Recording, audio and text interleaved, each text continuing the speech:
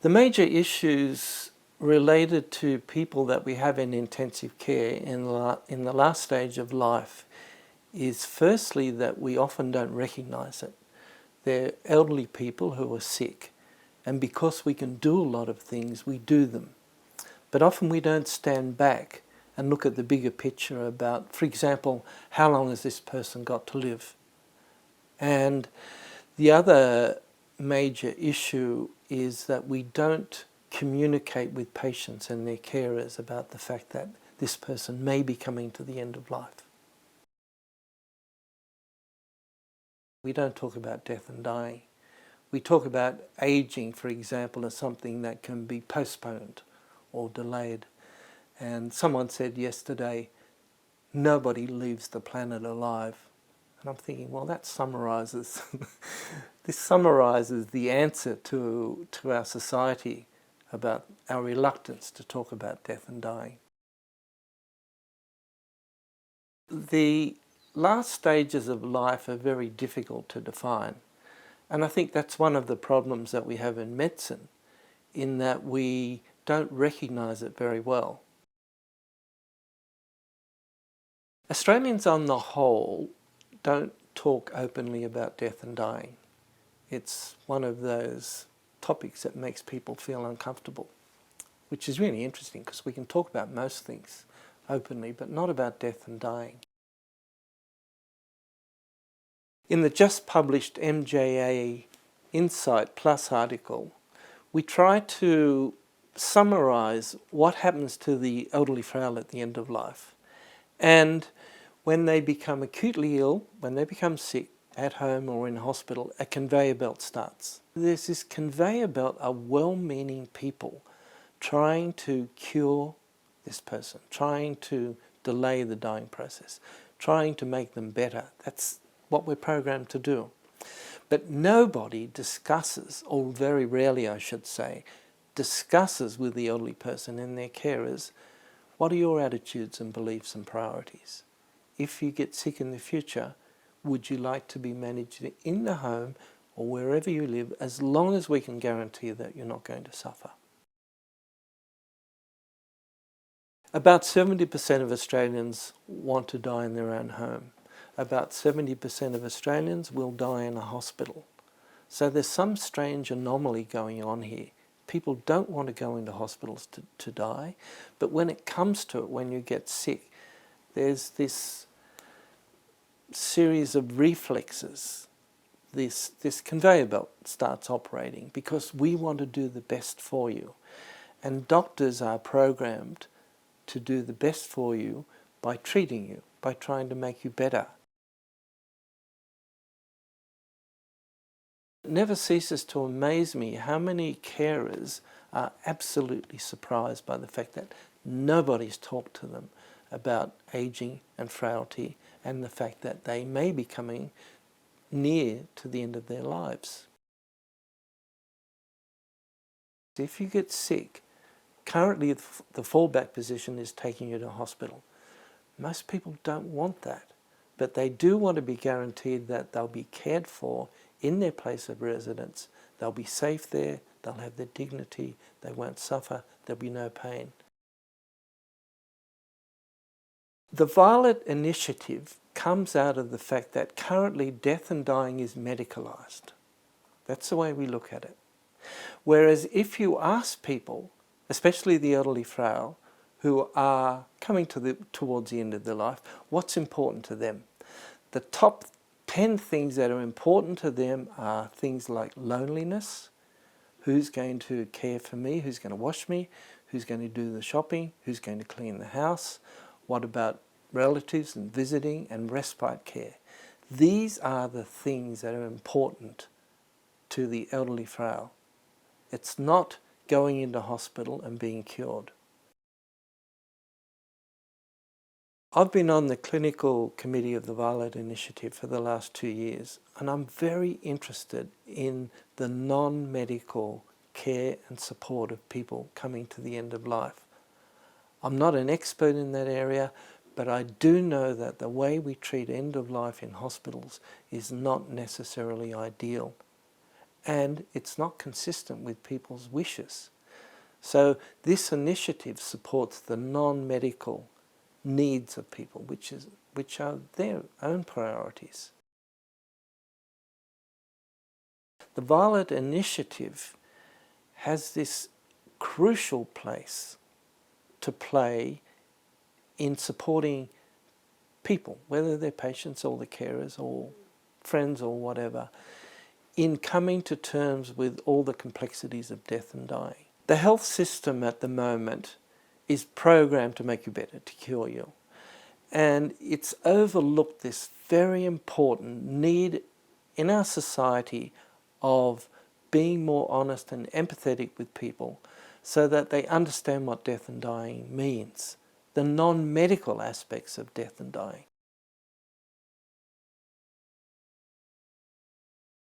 I'm the CEO of the Violet Initiative.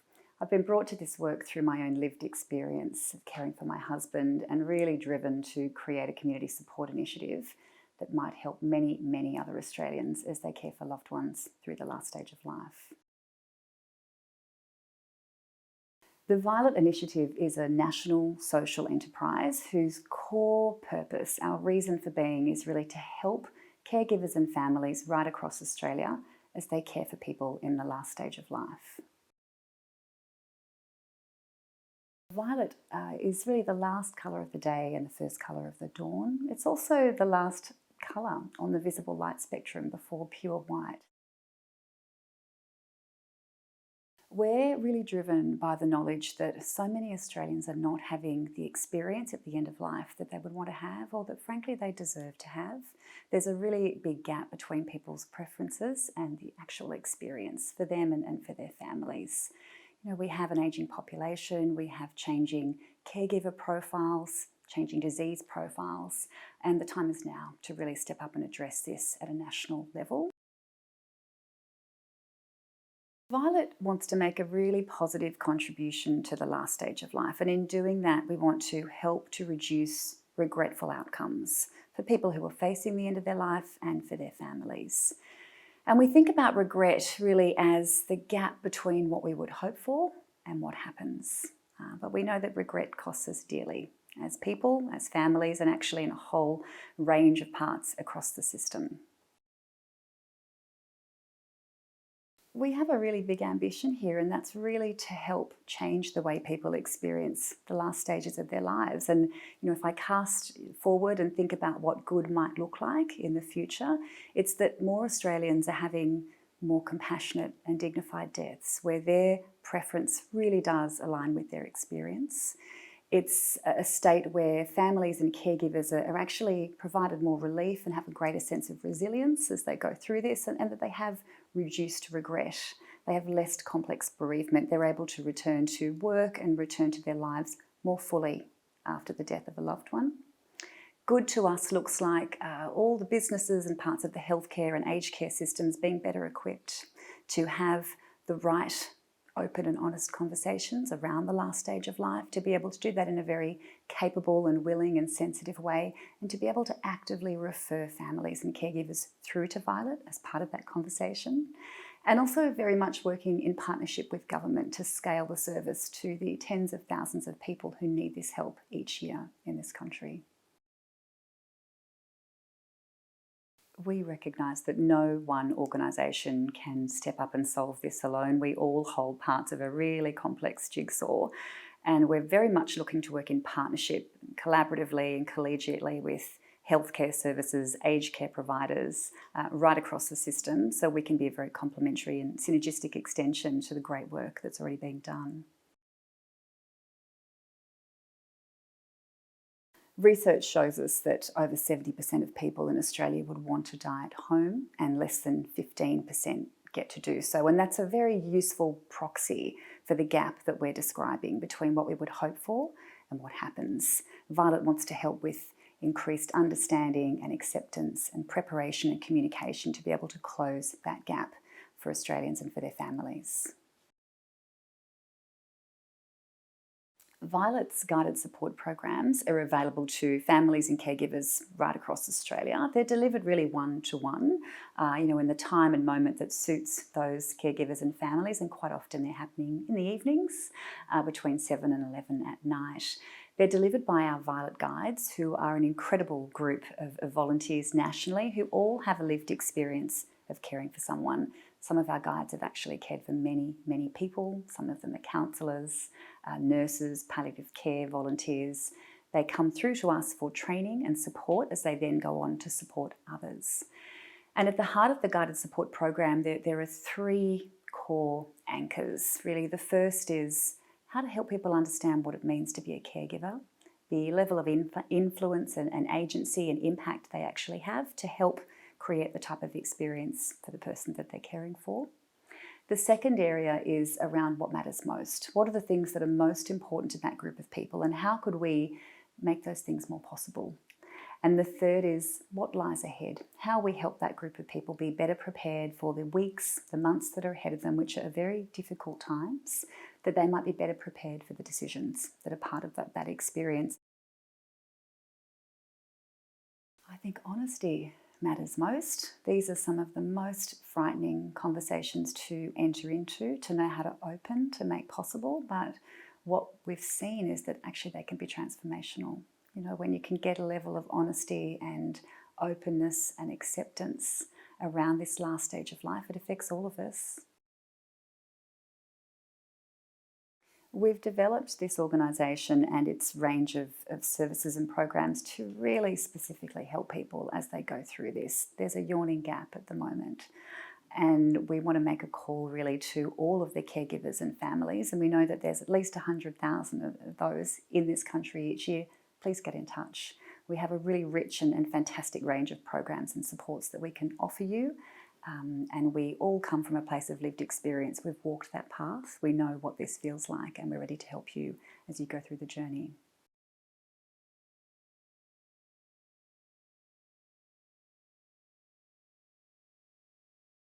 Life has a 100% death rate. We can't escape this. It's going to happen to all of us. And we're all probably going to be in a situation at some time in our life of caring for a person whom we love at the end of life. As a society, we don't talk about death and dying. We do lots of preparation for birth, and we go to antenatal classes and we read 100 books and we talk with our friends constantly, we get information. We're really geared up and ready for that incredible change in our lives. But unfortunately, that doesn't happen at the other end of life. The biggest challenge for people in a caregiving role is just understanding the situation and where they can get help and who can help them.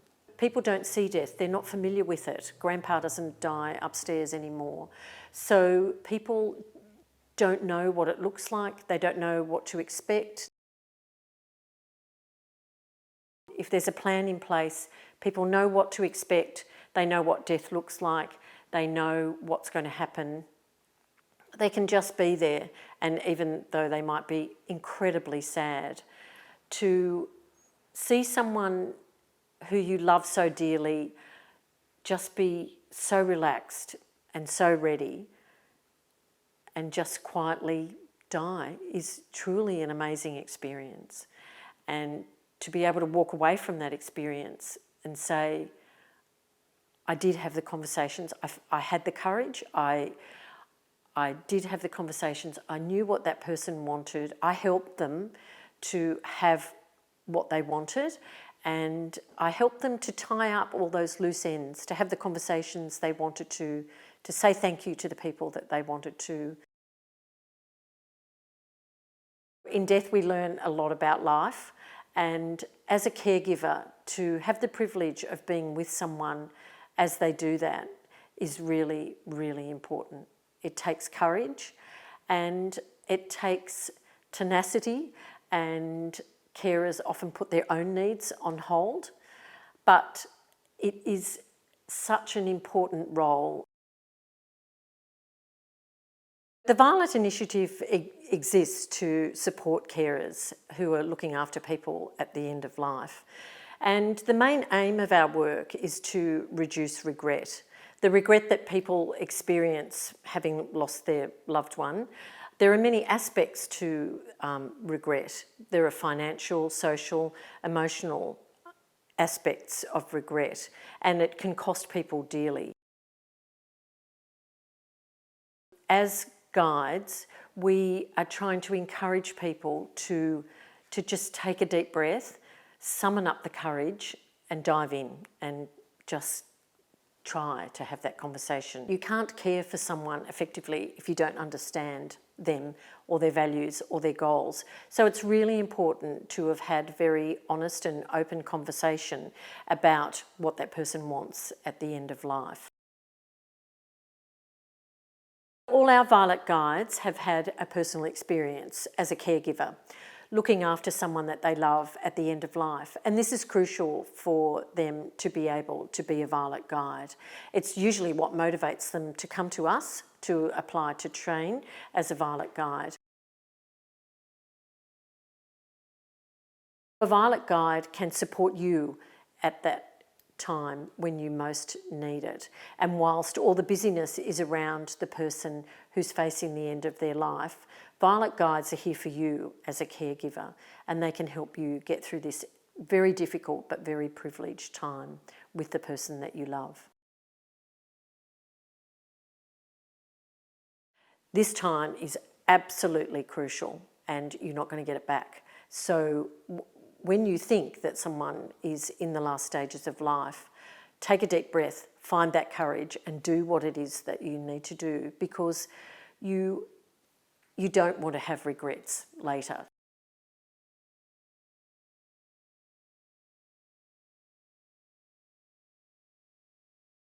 My name's Janet Foster. I'm 59 and I live in Sydney. I'm an animal lover, a mother and an artist. I also have been a caregiver for Ian Pickering through his illness with COPD, and I had the opportunity to contact Violet and speak with a Violet guide who helped me through the later stages of Ian's illness, which was a great help. Ian came into my work one day, and anyway we met and we kept on getting visits from Ian, and anyway so we started a relationship, and then we came over to Australia. We made the big decision to move over, and then I fell pregnant with our son Thomas. Then we actually did separate and we both moved away into our own lives, but we lived our life, you know, the best we could, raising our son but living separately. Ian came to me and talked to me about what he'd been diagnosed with, and I felt I wanted to reach out and support him with that, and our son would help. I made the decision to stop work and care for him as a full-time caregiver. I actually got on to channels that could help me financially, and with Ian's last hospital visit we had to engage palliative care team. We set the lounge room up so that we could be around Ian as much as we could and care to his needs. And we had a GP come every fortnight, which was absolutely wonderful. Him being there, like, in some ways I wouldn't have been able to do it as well as I did without his guidance. We just had a great team where we just cared for Ian in the best way we could, so he was at peace and comfortable. I would do some art pictures and he would talk to me about, you know, some of his dreams, and we'd put them on the canvas. And it was a creative time. It was a time that I wanted to involve him in my world, my creative world, as much as I could, my thought was to take him away from some of his pain. I learned about the Violet Initiative accessing some of Ian's super fund through his super representative, and she was very kind. She had empathy on what we were going through, and she recommended to me to ring Violet. Talking to a Violet guide really did change my life. It was so needed at that time in my life because things were moving very quickly, and I think I'd given so much to everyone else that I hadn't thought of me. I was able to see the reality of where I was at and what I had left to do because the end of Ian's life was coming. So it was a reality check-in, and to have that at that time I felt was what I needed to make me a better carer for Ian. So it was a relief for me. The Violet resources were absolutely educational, informative, and done in taste. I shared the video watching it with my son Thomas, and we did get a better understanding of things. We knew what to look out for, and we felt better equipped for the stages that we had to go through. Death and dying is not a often spoken about subject, and we all like to hide away from it. But now there's help out there. There's places you can contact Violet. You can educate yourself on your friend or whoever you have got dear to you that is going through this stage of their life, and make your life better and be able to help someone else. What matters the most at the end of life is our relationships, our friendships, the people that we're around, because that's what really matters. Reach out to Violet and learn, get some knowledge, better prepare yourself for the journey that you're going to go on and provide for your loved one so that you can honour their wishes and get that strength to carry everything out that you need to do.